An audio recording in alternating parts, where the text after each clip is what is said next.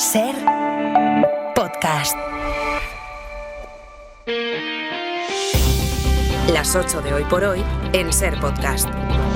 Hola, muy buenos días. Viene otro día con mucha política y seguramente muy bronca, porque dentro de una hora escucharemos en el Congreso la última sesión de control de Núñez Feijóo a Pedro Sánchez antes del verano, y por ahí desfilarán los casos que hemos visto en estos últimos días: el registro de ayer en Casa de Ábalos, el procesamiento del fiscal general y las críticas del gobierno a los jueces, o los audios de Leire Díez de los que Sánchez todavía no ha hablado porque el presidente del gobierno lleva más de un mes sin responder preguntas. Enseguida entramos en lo que puede pasar esta mañana para cuando las asociaciones de jueces y fiscales han convocado un paro contra las reformas del gobierno, pero vamos a ir primero a situar la última hora en Estados Unidos por cómo están prendiendo las protestas en Los Ángeles, contra las que Donald Trump ha desplegado incluso a los marines. Desde hace 4 horas está en marcha el toque de queda en varias partes del centro de Los Ángeles por las protestas contra las deportaciones de migrantes que ha ordenado Donald Trump y que se extienden a ciudades como Chicago o Nueva York. El gobernador de California, al que Trump ha pedido detener, ha acusado al presidente del país de haber inflamado una situación que es potencialmente explosiva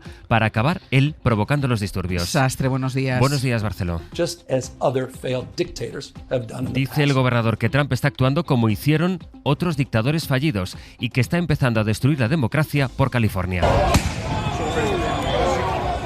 Los incidentes se han reproducido esta noche antes del toque de queda. Pablo Morán, buenos días. Hola Ángels, buenos días. Y estamos hablando del estado más poblado y más rico de los Estados Unidos. La última vez que vimos algo así, un toque de queda en Los Ángeles, fue tras el asesinato de George Floyd hace 5 años. La diferencia es que esta vez Trump está yendo mucho más lejos. Y amenaza abiertamente con declarar la insurrección en California, algo con lo que asumiría el control total del orden público en ese estado. De momento ha desplegado 4.000 agentes de la Guardia Nacional y 700 marines con la excusa de sofocar las protestas contra sus redadas masivas antimigrantes. Algo que ha empeorado la situación, según el gobernador de California, el demócrata Gavin Newsom, al frente de esta respuesta a ese desafío presidencial que se repite. Es su patrón en este segundo mandato: declarar emergencias inexistentes para imponer una agenda y ganar un pulso político. Y esto a Trump se lo están diciendo los jueces con prácticamente todas las decisiones que está tomando desde su regreso. En este caso, el de Los Ángeles, lo verán mañana unos jueces, un juez federal, mañana jueves. Hasta entonces, toque de queda vigente en la ciudad y una protesta que, como decíais, se extiende a Nueva York, a Chicago, Atlanta y decenas de ciudades más. Pablo, gracias. A ti, hasta ahora. Hoy por hoy noticias. Ser Podcast. Les decía que aquí en España viene un día muy político y muy bronco, con el cara a cara que tendrán Sánchez y Feijóo en el Congreso, y que será el último de este periodo de sesiones en el Congreso. Eso va a ser a las 9. A las 12 las asociaciones de jueces y fiscales conservadoras han convocado un paro de 10 minutos para oponerse a la reforma de la ley del Poder Judicial, reforma que impulsa el gobierno. Ocurre que esa protesta, con jueces y fiscales protestando en las puertas de los juzgados contra una ley que impulsa el gobierno, se va a producir justo después de que la portavoz del gobierno valorase de esta manera la decisión de un juez, del juez del Supremo, que ha decidido procesar al fiscal general del Estado. Máxima confianza en la justicia, en la honestidad y en el buen trabajo de la gran mayoría de jueces y de fiscales en este país. Ahora bien, es evidente que a estas alturas hay algunos jueces que están haciendo cosas difíciles de entender. Pedro Jiménez, buenos días. ¿Qué tal, Ángels? Buenos días. Lo de hoy es un paro que estaba convocado de antes, pero que va a servir a estas asociaciones para criticar al gobierno. Sí, el paro lo convocan las asociaciones, salvo las progresistas, pero cuenta con el apoyo de una plataforma de cerca de 1 millar de jueces, jóvenes en su mayoría, y con el guiño, esto es importante, que hizo ayer la Sala de Gobierno del Supremo. Por unanimidad mostró su preocupación con la ley Bolaños, que reforma el acceso a las carreras judicial y fiscal porque, dicen, pone en riesgo los principios de igualdad, mérito y capacidad. Oficialmente este es el motivo de la protesta, que desde Justicia consideran que se apoya en bulos, pero en el ambiente flotan las referencias de Gobierno, PSOE y socios al lawfare en las causas que les afectan, la última esta del fiscal general. Esto anima a jueces y fiscales a secundar el paro. Los convocantes no descartan que magistrados del Supremo o de la Audiencia Nacional se sumen, dejando así una foto para la historia. Protestas de jueces y fiscales hoy contra el gobierno. El PP centra su mensaje en estas protestas y también, sobre todo, en el procesamiento del fiscal. En ningún país europeo el fiscal general del Estado se sienta en el banquillo por delinquir contra rivales del presidente siguiendo las órdenes de la presidencia, como ha dicho el juez del Tribunal Supremo. No se puede seguir manchando tanto la Fiscalía General del Estado y la Presidencia del Gobierno de España. Y en el gobierno, Guillermo Lerma, buenos días. ¿Qué tal? Buenos días. En el gobierno, ¿qué dicen? Porque estamos a menos de una hora de que Feijóo le pregunte a Sánchez por el fiscal general o por el caso Leire. Sí, será en principio el último cara a cara entre Sánchez y Feijóo este curso, aunque no se descarta una comparecencia del presidente en un pleno extraordinario el mes que viene para informar de la agenda internacional. Sánchez llega al Congreso después de dar con esa frase de su portavoz un paso más en el cuestionamiento del auto del juez sobre el fiscal general, algo que dan por hecho aumenta la tensión entre el Ejecutivo y un sector del Poder Judicial que se va a manifestar hoy. En la Moncloa creen que la protesta y la deriva de los jueces, que según Alegría están haciendo cosas difíciles de entender, es todo una reacción a las reformas con las que el gobierno dice democratizar el Poder Judicial. Se revuelven, según fuentes del Ejecutivo, porque se están cuestionando sus decisiones y sus privilegios. En el PSOE apelan al respeto a la separación de poderes, al que aluden las asociaciones profesionales, cuando recuerdan es el gobierno el que da su opinión. Guille, Pedro, seguimos en el abierto. Hasta luego. De lo que seguro que se habla también esta mañana en el Congreso es del registro de ayer en la casa de José Luis Ábalos en Valencia. Casi 10 horas de registro en el domicilio del exministro de Transportes, que fue también número 3 del Partido Socialista, después de que la Guardia Civil haya localizado nuevas grabaciones en las que Ábalos habla, supuestamente, de adjudicaciones que habría dado a cambio de beneficio económico. Eso apunta al menos la investigación. Él dijo ayer en Televisión Española que no ha cobrado ninguna comisión. Lo sigo negando, claro que sí. Claro que sí, y se pueden plantear todas las hipótesis que les dé la gana a cualquiera, pero entiendo que en un proceso con garantías tendrá alguien que declararlo, tendrá alguien que demostrarlo, tendrá que evidenciarlo y tendrá que notarse cierta forma en mi nivel de vida, ¿no? Pero lo cierto es que el registro policial se alargó y los agentes se llevaron varios dispositivos. Isabel Vega, buenos días. Buenos días. La Guardia Civil apunta que Ábalos intervino en una serie de adjudicaciones de obra pública para determinadas empresas a cambio de dinero. En un informe presentado la semana pasada ante el Supremo, la UCO cruza los contratos con una serie de grabaciones incautadas al que fue su asesor, Koldo García, y en las que el exministro habría venido a admitir, dicen los investigadores, ese beneficio económico.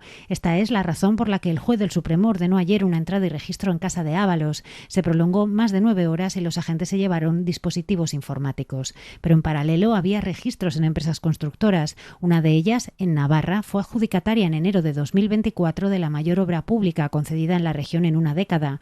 Se da la circunstancia de que Unión del Pueblo Navarro denunció aquel contrato ante la Guardia Civil bajo sospecha precisamente de un amaño. Esta parte de la causa sigue bajo secreto de sumario. En Valencia vimos ayer el registro de la casa de Ábalos y en Alicante se produjo una de las imágenes políticas más descriptivas de las últimas semanas. Después de mucho tiempo de haber intentado poner distancia con él, ayer Alberto Núñez Feijóo fue a arropar y a aplaudir a Carlos Mazón, de quien llegó a decir que estuvo noqueado con la Dana. Dijo el PP que el futuro de Mazón iba a depender de la recuperación de la Comunidad Valenciana después de la catástrofe, que Feijóo, esa recuperación, ahora, lo escucharán, da por encarrilada con los presupuestos que el PP de Mazón ha cerrado en Valencia con Vox. Por eso celebro de una forma especial que el Gobierno de la Generalitat, con el presidente Mazón, haya aprobado el presupuesto de la Generalitat para el año 2025. Habéis hecho un buen trabajo. Era el principio de la recuperación y lo habéis cumplido. Estáis resistiendo y lo vais a seguir haciendo a pesar de la asfixia del Gobierno. Hay una clave interna dentro del PP que envuelve este apoyo de Feijóo a Mazón, el congreso que el partido va a celebrar el mes que viene y en el que Feijóo busca el apoyo de los territorios ahora que Isabel Díaz Ayuso ha hecho saber en público que quiere primarias y que quiere que se dé el debate ideológico dentro del PP. Aún así, en Génova advierten de que el destino de Mazón todavía no está escrito. David Junquera, buenos días. Buenos días. Comida con militantes en un hotel blindado para evitar malos ratos. Feijóo haciendo campaña en el Sancta Sanctorum de Mazón, donde, como hemos escuchado, le ha dado todo un espaldarazo. Fió su futuro a la reconstrucción y acaba de dejar claro que celebra la primera parte del trabajo. Es todo un gesto en una jornada en la que hubo varios, pero a pesar de las carantoñas, del aliento, en Génova siguen teniendo claro que es pronto para saber cuál será el destino de Mazón y se siguen guardando todas las cartas. Ahora es importante que el partido en la Comunidad Valenciana sea una balsa porque se avecina un congreso y el PP valenciano tiene un buen puñado de compromisarios, pero en el futuro serán las encuestas las que decidan. Eso sin olvidar que el destino de Mazón depende más que de nadie del propio Mazón. Cuenta El País esta mañana que la Comunidad de Madrid tiene a punto un borrador de ley que plantea multas contra las protestas que puedan darse en las universidades. Serán, según este borrador, infracciones graves que pueden sancionarse con hasta 100.000 euros los scratches o las manifestaciones sin autorización que impidan otra actividad en un campus. Colocar una pancarta sin permiso será considerada una infracción leve con multa de hasta 15.000 euros. 15.000 euros por la colocación de una pancarta que no tenga permiso. Y prevé sanciones de entre 100.000 y 1 millón de euros para las acciones muy graves que define así: las que no garanticen la pluralidad y la libertad en los campus. Hoy por hoy noticias. Ser Podcast. La última matanza en Gaza se llevó ayer por delante la vida de 4 niños. La ONG Médicos del Mundo ha denunciado que Israel ha lanzado un misil contra el edificio en el que están sus oficinas en la franja. En ese bombardeo murieron 8 personas, entre ellos un adolescente y esos 4 niños. El ejército israelí conocía la ubicación de esta oficina y la había declarado zona protegida de ataques militares. El Programa Mundial de Alimentos, además, ha advertido de que en la franja solo ha entrado harina como para alimentar a la población durante una semana y no más. Solo ayer, Israel mató al menos a 82 personas. Mientras tanto, Austria está conmocionada por el ataque de ayer en un instituto del sur del país, donde entró armado un antiguo alumno, un joven de 21 años, y asesinó a 10 personas antes de suicidarse. Ocurrió en la ciudad de Graz. Información desde Berlín de Carmen Viñas. El exalumno del instituto abrió fuego de forma indiscriminada mientras los estudiantes celebraban los exámenes orales de la selectividad austríaca. Mató a 10 personas, 7 mujeres y 3 hombres, y dejó 12 heridos. La mayoría se encuentran graves y algunos todavía en estado crítico. Después, el agresor se ha quitado la vida en uno de los baños del centro educativo. Portaba 2 armas de fuego que había comprado legalmente y tenía las licencias en regla. Se trata de un ataque sin precedentes en la historia reciente de Austria que ha dejado al país en estado de shock. Es una tragedia nacional que nos conmueve profundamente. Sobre todo en momentos como estos debemos mantenernos unidos, ha dicho el canciller austriaco Christian Stocker. Las autoridades han decretado 3 días de luto oficial. Por el momento se desconoce el motivo que ha llevado al joven de 21 años y nacionalidad austriaca a cometer el ataque.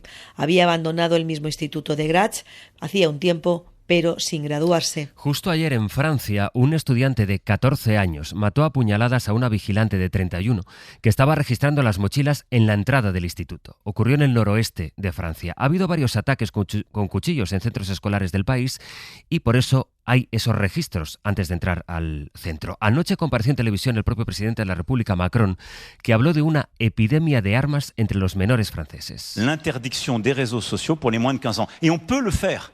On sait faire de la reconnaissance faciale. Y anunció en televisión que va a intentar prohibir que los menores de 15 años tengan acceso a redes sociales, a las que él acusó de promover la violencia. Dijo: voy a dar unos meses para buscar la movilización europea en este asunto y si no, negociaré para aplicarlo en Francia. No podemos perder más tiempo. Un poquito antes, el primer ministro Bayrou había anunciado también en televisión que prohibirán de forma inmediata la venta de toda arma blanca a menores, porque hasta ahora solo se prohíbe la venta de puñales. A las puertas de la entrada oficial del verano y cuando la península afronta varios episodios de calor extremo, esta madrugada hemos sabido que el mes pasado fue el segundo mayo más cálido en el planeta desde que hay registros. Se queda solo una décima por debajo de la tendencia de subida de los últimos meses. Javier Ruiz Martínez. El mes de mayo de 2025 fue 1,4 grados superior a los años preindustriales previos al 1900. Eso significa que se ha frenado un periodo de 21 meses con una temperatura mundial por encima del 1,5 grados que tenía muy preocupados a los expertos. Todo apunta a que la subida, dice Carlo Buontempo, seguirá y solo ha sido un espejismo. Sí que marca el sistema temperaturas más altas en la Antártida Occidental, Oriente Próximo, Asia Occidental, noreste de Rusia y norte de Canadá. El sistema también anota un pico de calor marino en el noreste del Océano Atlántico y una anomalía fuerte en forma de falta de lluvias en el norte y centro de Europa, sur de Rusia, Ucrania y Turquía. En algunas partes del noroeste de Europa, dice Copernicus, se registraron los niveles más bajos de precipitación y humedad del suelo desde al menos 1900. 179. Bruselas sigue aumentando la presión sobre Rusia para intentar frenar todas las maniobras de Moscú con las que evitan día tras día avanzar en las negociaciones de paz. Corresponsal comunitario Enrique García Pozo, buenos días. Buenos días. No ha pasado ni siquiera un mes desde que los 27 aprobaran el último paquete de sanciones. Sin embargo, la Comisión propone ya las medidas del que será el 18º paquete en casi 40 meses de guerra. El objetivo es muy claro, una llamada a un rápido e incondicional alto el fuego, porque Rusia no muestra una clara voluntad de paz y no lleva ninguna propuesta seria a la mesa de negociación, decía ayer la presidenta von der Leyen. Para justificar un paquete con sanciones al sector de la energía y al bancario, porque Bruselas propone prohibir reutilizar los gasoductos Nord Stream y rebajar el tope al precio del petróleo ruso de los $60 actuales hasta los 45, un asunto que propondrá en la reunión del G7 que se celebra los próximos días en Canadá. En Bruselas confían que Estados Unidos apoye la propuesta.